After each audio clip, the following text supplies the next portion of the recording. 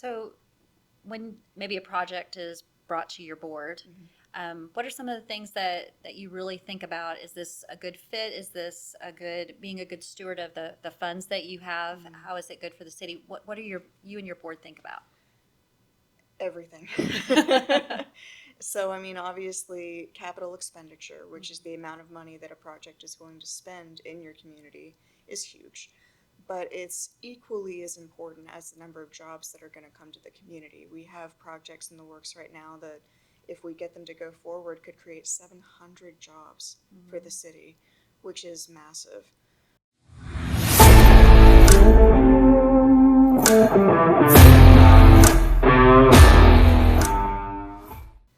Welcome to Small Biz Connect, where we talk all things small biz. I'm Amy Reed with the Texas Gulf Coast Small Business Development Center. We are federally funded and state funded, and today we are joined by Kristin Edwards with the Texas City Economic Development. So, Kristin, a lot of people do not know what an EDC is. So let's start off by saying, tell me a little bit about your role there, and then we'll go into more detail about the EDC. Sure thing. So, as the Economic Development Director for Texas City, I work directly with the Texas City Economic Development Corporation to drive initiatives that generate more property and sales tax within our community. My work includes working with heavy industry, manufacturing, retail development, tourism, workforce development, and much more. So you do a lot. Tell me about the EDC. How does it differ from, say, the city, the Chamber of Commerce? What is the role of an economic development corporation? Yeah, so an economic development corporation, ours is a 501c3, considers incentives for major projects, grants for local businesses, strategic property purchases, and special initiatives including our Phoenix Business Accelerator, which I know we'll talk more about later.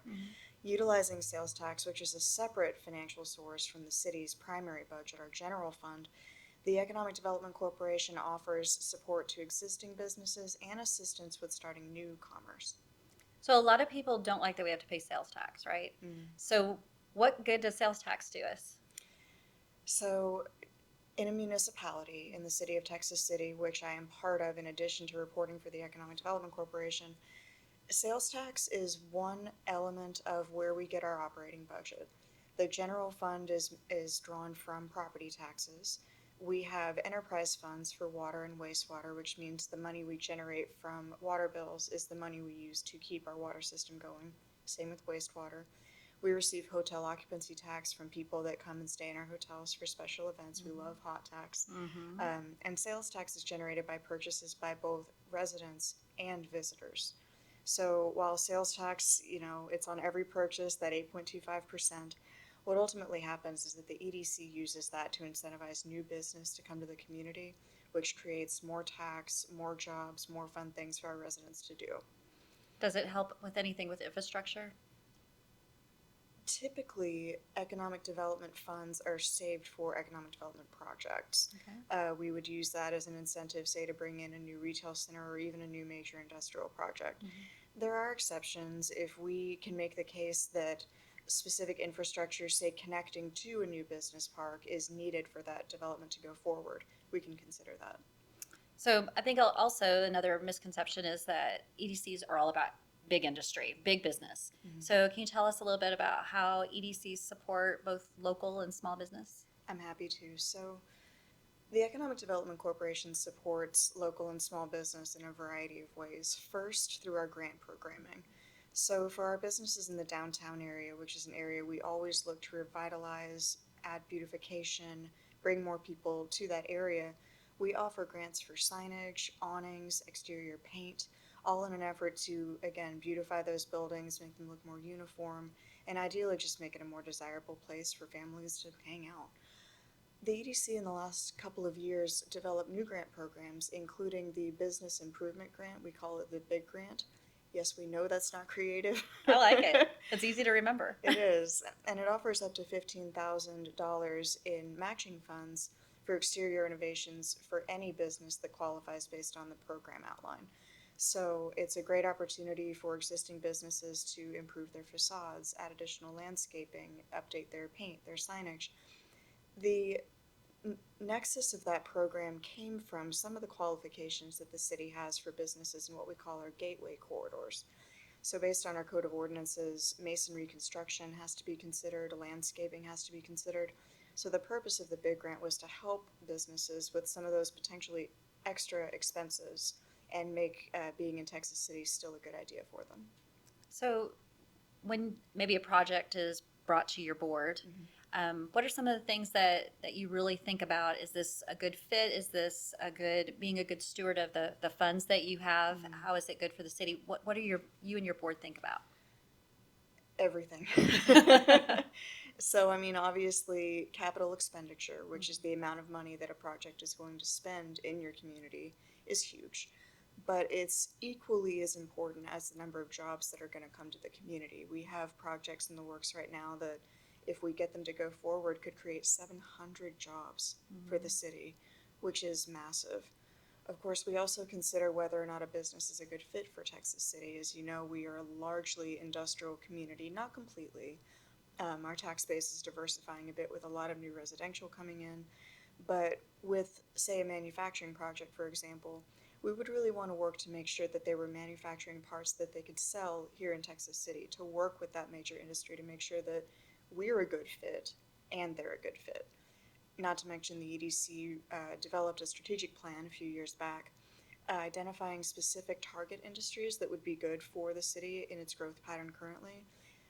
Blue marine, maritime, and innovative technology were all identified as areas that would assist existing and future businesses. So that was how many years ago when you did the strategic plan? The strategic plan was ratified in 2023. It's a 5-year plan. We'll be looking to develop a new one in 2027. So have you been successful in bringing some of those types of industries to Texas City? Of the industries identified in the strategic plan and the goals identified in the strategic plan, we've gotten about 90% complete. That's what I was thinking. So toot your own horn just a little bit there. I mean, it's been fantastic. When you have a supportive EDC and you have healthy reserves, you have leadership that's willing to kind of let you run with it and just check things off the list. It's amazing how much you can get done. In the last 5 years, we've launched the Phoenix Business Accelerator. We've constructed and opened the 6th Street Community Plaza in our downtown area that I know we'll discuss further. We've created and issued new grant programs. It's just been amazing to see how much we've been able to do for the business community in such a short amount of time. So you said downtown a little bit ago. So I think we'd be remiss if we don't talk about 6th Street when we talk about Texas City. So why is 6th Street important to Texas City? Why is that one of your initiatives? 6th Street is a part of the history of Texas City. Throughout our history, even going back to the early 1900s and before, 6th Street was the place where you would go down and eat. There have been hotels, family-owned pharmacies that have lived for decades. It's just always been kind of a center point for the residents that live in that part of the city. And obviously, we want to revitalize that and make it available so that our residents that live in that area have a convenient place to go hang out. They've got restaurants, they've got shopping. Now they have the community plaza to be able to go for family-friendly and free entertainment. 6th Street is just a center place for Texas City. It's home to the Showboat, where so many special events have been held and continue to be held. Also, the Texas City Museum is on 6th Street. So in terms of the personality of the city and who we are as a community, 6th Street is a huge part of that. And tourism comes into that too, right? So you have someone in your department who handles tourism. So how does tourism work with economic development? Why is that important? Well, I'm glad you mentioned our community events and tourism manager, Jade Jones, because she is fantastic at what she's doing. Tourism is an integral part of economic development because unless you have things for employees to do, and unless you really impress the head of a company when they visit Texas City, it's less likely that they're going to choose your community to grow their business or to establish a new location. In addition, when we reach out to draw future projects to the community, we acknowledge our tourism attractions, including our Bayou Golf Course, the Texas City Dike, the Texas City Museum, and all of the local history that Texas City offers, not to mention our unique restaurants, shopping, everything that a family can do, again, together, much of it free of charge, and just a reason to bring visitors and ultimately new companies to our city. So I think Texas City's really kind of been a hot spot for new developers recently, right? So knowing this, why is that? You know, you mentioned we have a lot of great restaurants, we have things to do.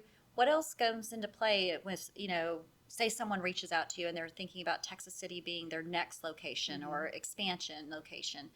What are they looking for? So Texas City is uniquely placed between Houston and Galveston, and not only does that make it an amazing tourist attraction because you can base in Texas City and go to a Rockets game one day and be at the beach at Galveston the next, but we also offer a good, steadily growing population. We have 15 residential developments coming into the city over the next few years, and that increased population is only going to draw more retail. It's only going to create a larger workforce for these new businesses. We're ideally positioned outside of Houston to where so much of that inevitable residential growth was going to come to us anyway.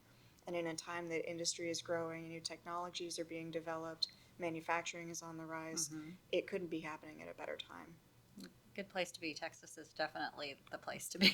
It's an exciting time to be an economic developer in Galveston County. Yeah. So when we're talking about small business, I think it's time to talk about the Phoenix. So tell all of our listeners, what is the Phoenix? How did it come about? Brainchild of? All the things. So the Phoenix Business Accelerator was identified as a goal in our strategic plan. The Economic Development Corporation knew that they wanted a location downtown to help entrepreneurs and small businesses really get off the ground, spread their wings, and succeed. We didn't know we were going to call it the Phoenix at first, but with Texas City's history with that symbol and just the idea of growing and flying and achieving your dreams, we thought it made sense. So the Phoenix Business Accelerator was designed to offer very low-cost office space, as well as free amenities, free utilities, free conference room use, and an educational track specifically curated for businesses operating in Galveston County. That 7-month course is offered free of charge to our members, and it includes everything from budgeting to marketing, scaling, networking, all of the basics of helping a small business succeed. Currently, we have 8 clients in the Phoenix, which is huge. So are you full? We are not full. Okay. We always have room for more clients. Okay. We have several cubby spaces available, which are small seats with access to power, internet, all the amenities that all of our other clients would receive for only $150 per month. Our enterprise offices, of which we have 1 available and soon to be 2, are available at $450 per month. Those have seating for 2 to 3 employees comfortably, and they come with 2 complete desktop computer setups that we will send our clients with after 2 years, because the last thing we want to do is have them lose all that data and all that work. So that's another perk for clients to come and stay with us for a couple of cycles. So in addition to having the Phoenix, having the program they can go through while they're at the Phoenix, you've been a part of a couple other initiatives. So we just recently had Candy on who talked a lot about Mortar, but talk to us about your involvement with the Mortar program.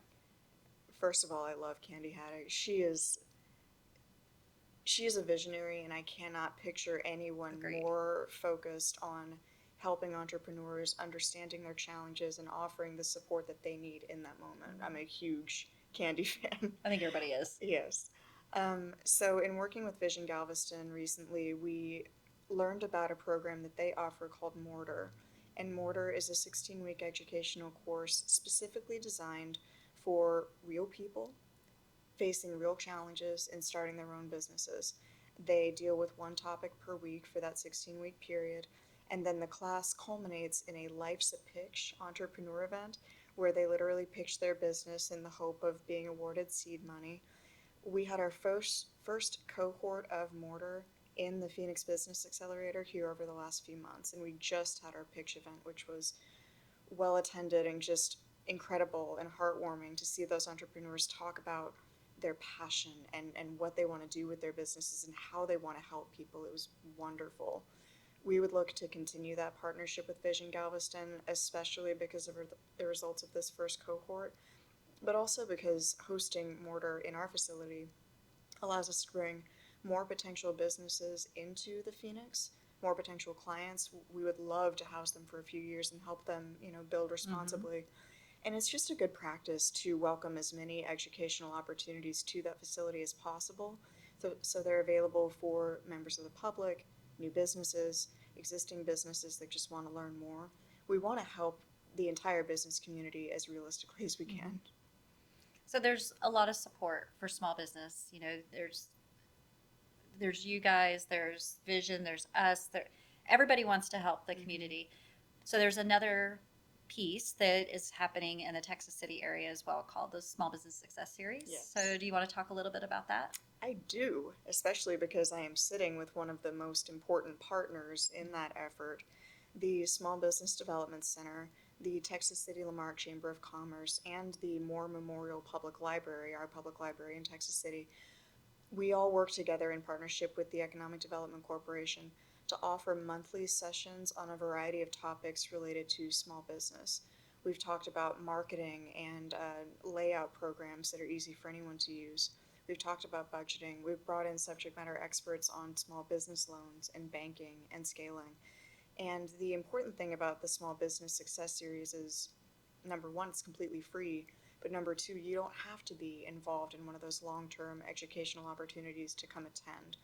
For business owners that are so busy and are just getting their start, a structured program is a great option. But for those that only have time to go, say, to one session every couple of months, we're still able to do something for them, which is one of our goals. Collectively, all four of those entities still want to provide educational opportunities. So the fact that we get to work together, combine resources, combine networks, means that we always have a fresh topic for those sessions, and we're always continuing to grow each of our networks. There really is no reason for them to do this alone. There's great support. And then you also have a program, I think, that's just between you and the Chamber for new businesses. Do you want to talk a little bit about that? We do. We have a grant program for new businesses. So if a business comes to Texas City and they meet a small set of qualifications, they basically just have to be a for-profit business, we will pay for their first year of chamber dues. The Texas City Lamarque Chamber of Commerce is such an incredible partner to us. While our goal sets are slightly different, we all work with the business community in our hearts and with the ultimate goal of helping to support them. Where the Economic Development Corporation provides incentives and grants, the Chamber really thrives in offering networking opportunities, business-to-business transactions, assistance with procurement and getting looped into some of the bigger contracts that they can receive. The Chamber is such a resource for the city, and they really do a lot to cheerlead for new businesses. They'll hold ribbon cuttings. They'll invite them to all of their networking events. So that partnership, the grant program is such a small part of that. The Economic Development Corporation and the Chamber have so many overlapping goals, and we have so many opportunities to work together. It's a great partnership that I wouldn't want to be doing this job without. I agree. It's just a great community. So if you had a crystal ball and you're looking 5 years out, what does that look like? You know, the Phoenix, 6th Street, big industry. What's in your crystal ball? Wow. Starting big, we have a multi-billion-dollar fractionation project happening right now through a company called MPLX, which is a corporation that was set up by Marathon Petroleum. Whenever you can say multi-billion-dollar project in a community, that's huge. And it's a partnership with a company called One Oak that is bringing a pipeline from Mont Belvieu to Texas City to bring in what we call LPGs, which are then split into individual components and sold individually. And that effort will be supported by a $1.4 billion dock expansion. With a B. By Marathon. With a B. With a B. Right, with a B. So, I mean, the fact that that's going on in the community is so huge. We've got additional construction jobs available at this time. We should see that number getting into the hundreds, if not more, jobs during the course of the construction. We also have industrial development in the works on Shoal Point, which is a mass of land connected by a very small strait to the industrial complex. The city owns a portion of that, approximately 375 acres. The state owns the rest of it, which is 625 acres. And there are portions of that property that are utilized by the U.S. Army Corps of Engineers for dredge spoils. Without dredge spoils, we wouldn't be able to continue to operate the channel, and the industries in the port would not be able to operate as successfully. So that uses money, operability. It's a huge part of having an active port. Yeah. But with the land that the Corps is not using, the city has been able to get 2 companies under leases and under due diligence.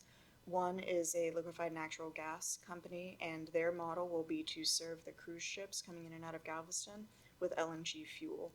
There is another company called Galveston Industries, which, while I'm under an NDA and cannot discuss the nature of the project, would be immensely impactful to this region. Awesome. And it's a privilege to be able to work closely with these companies to help them assess project feasibility, available utilities, their harmony with the community, to try to make something like that a reality. And as stated before, the projects that we have out there could lead to the generation of 700 or more jobs. So it's so important that we make ourselves available as good partners. In the next 5 years, I see those companies making their final investment decisions and moving forward with construction. It's a very exciting time.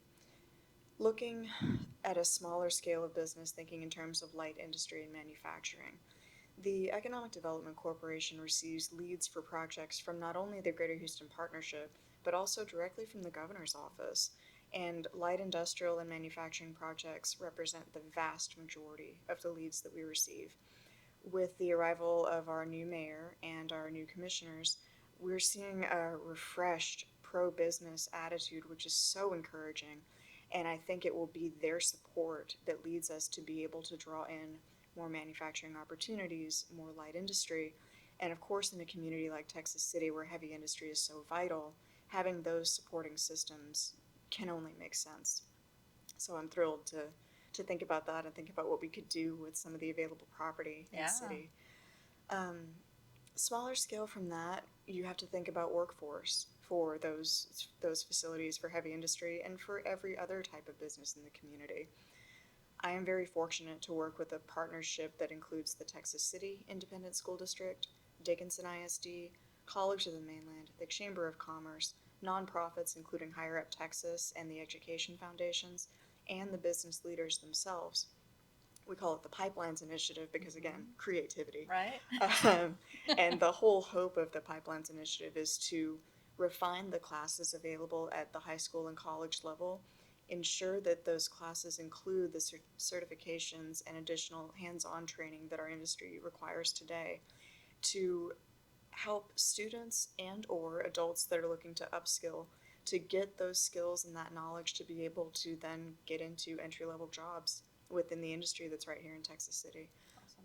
It is great. And our nonprofit partners are also helping with developing soft skills and helping both students and adults learn what to wear to an interview, how to build an effective resume. There are so many things that a partnership of this scale can do for the potential workforce in our community, and we're seeing so many interesting conversations come out of it already, and we just hope to continue to support especially the school districts and COM, because they're the ones doing the heavy lifting. We just want to arm them with more information to help them succeed. So is there anything that you think I should have asked that I didn't ask, when it comes to EDCs, so that our listeners know going forward, they now know what an EDC is and how it can maybe help them in their business? Well, I think you hit the nail on the head when you said help.